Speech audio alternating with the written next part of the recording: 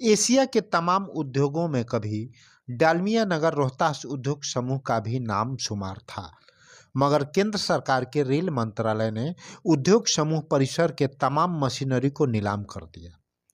यह मामला आर्थिक उदारीकरण बनाम पूंजीवाद से जुड़ा हुआ है, जिसकी हम आगे बात करेंगे।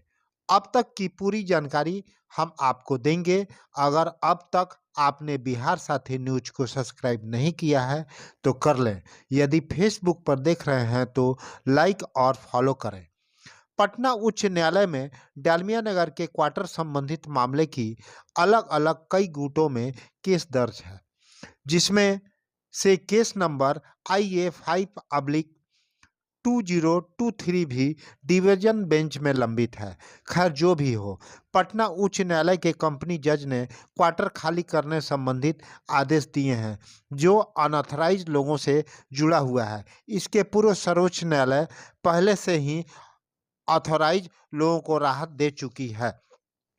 खैर, अब हम डालमिया नगर के घटना की थोड़ी चर्चा कर लेते हैं। उच्च न्यायालय के आदेश पर पुलिस और प्रशासन ने कल बुधवार को डालमिया नगर में रह रहे लोगों की क्वार्टर पुलिस बल के साथ अनऑथराइज लोगों की खाली करने की कोशिश की, मगर लोगों के विरोध के कारण प्रशासन ने 1 हफ्ते की समयावधि बढ़ा दी। आप लोग समझ लीजिए, आप लोग को 6 तक समय दिया गया है, अपना एडजस्टमेंट कर लीजिए। 6 और 7 से खाली कराने की प्रक्रिया चालू है। ठीक है? और किसी को कुछ बोलना है तो बताइए। नहीं, और पुरानी बात नहीं बताया, कागजात वाला बात नहीं बताया। ऐसा रहेगा तो बताएंगे। बता दीजिए, अगर किसी को लगता है ऐसा कि एक्स एम्प्लॉय के कैटेगरी में है तो अपना आज और कल तक डालमिया नगर कार्यालय में हो गया सर, जमा दे सकते हैं। कल एक दिन कल बचा है, कल भर में कैसे हो पाएगा? जो भी जिसके पास है तो निकाल आज भी दे शाम सकता तक है। दे सकते हैं। और सर जिसका घर नहीं है वो कहाँ जाएगा? नहीं है तो ये तो देखिए साल भर का अब अपना बात पहले बताइए। इसलिए 7 से कार्रवाई की जाएगी और बाकी एजेंट का काम जो है सर जिसका घर नहीं है वो कहाँ जाएगा?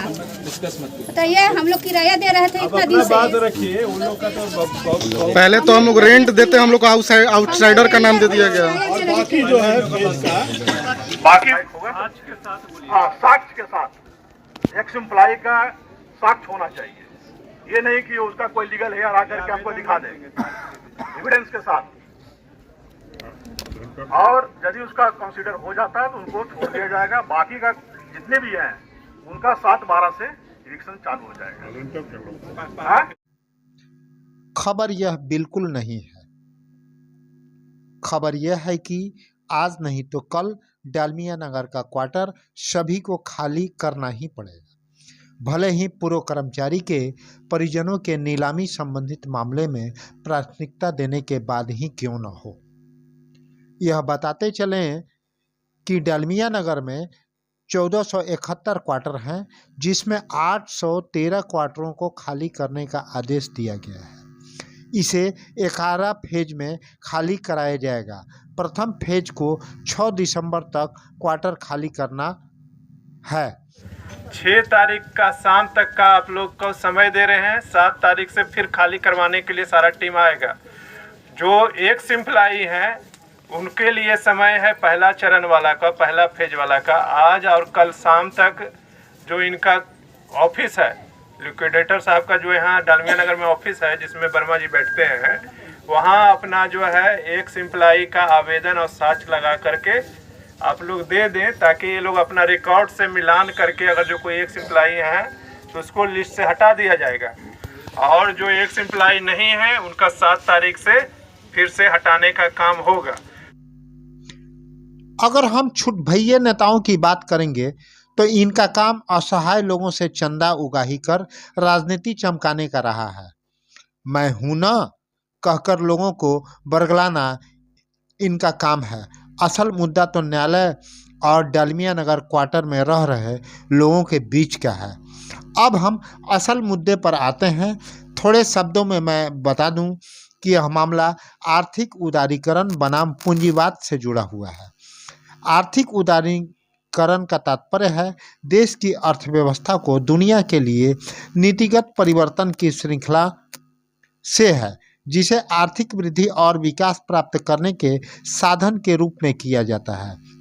मतलब ऐसे नियंत्रण में ढील देना या उन्हें हटा लेना है जिससे लोगों को आर्थिक स्थिति को बढ़ावा मिले। इस प्रक्रिया में न केवल आर्थिक अर्थव्यवस्था का विकास सुनिश्चित होता है बल्कि देश का व्यापक विकास तथा बहुमुखी उन्नति होती है। हम पूंजीवाद के बिल्कुल पक्षधर नहीं है, क्योंकि पूंजीवाद कहता है कि आर्थिक प्रणाली या तंत्र जिसमें उत्पादन के साधन पर व्यक्तिगत निजी स्वामित्व होता है। मिलॉर्ड, लोकतंत्र का दर्पण है न्यायपालिका। सर्वोच्च न्यायालय गरीब और मजलूमों ही नहीं, सबके लिए एक आखिरी उम्मीद होती है। डालमिया नगर के पीड़ित जैसे तैसे चंदा कर पूंजीवाद के खिलाफ न्याय की गुहार लगा रहे हैं। परिसमापक डालमिया नगर के परिसर को टुकड़े टुकड़े में बेचकर पूंजीवाद के नीतियों के तहत इसके ढांचा को विकृत कर देना चाहते हैं। डालमिया नगर के आवासीय क्षेत्र को खाली कराकर नीलाम करने की योजना है, जिससे इस क्षेत्र में विकास की सूरज कभी नहीं निकल सके। मिलॉर्ड, डालमिया नगर को आर्थिक उदारीकरण की जरूरत है, जिससे इस क्षेत्र के साथ न्याय हो सके, जिससे केंद्र सरकार मुंह मोड़ रही है। जनप्रतिनिधि तो डालमिया नगर की बात ही नहीं करना चाहते हैं। मिलॉर्ड, डालमिया नगर के आवास खाली करने के पटना उच्च न्यायालय के आदेश के बाद जानकार बताते हैं कि पूर्व कर्मचारी मेघनाथ गोस्वामी, जो फैक्ट्री खुलने के इंतजार में काल के गाल में समा गए, उनकी पत्नी राजमुनी कुंवर की बुधवार को मृत्यु हो गई। पुलिस प्रशासन जब आवासीय क्षेत्र को खाली कराना चाह रहा है तो बच्चे और महिलाएं बिलख बिलख कर सामने आ जा रही हैं। इनका कोई सुनने वाला नहीं है। मिलॉर्ड, डालमिया नगर के लोग आपसे आर्थिक उदारीकरण की भीख मांग रहे हैं। डालमिया नगर के उजड़े चमन को बचा लीजिए, जिससे बहुमुखी उन्नति का सवेरा हो सके। ऐसे ही खबरों को देखने के लिए चैनल को सब्सक्राइब और फॉलो अवश्य कर लें।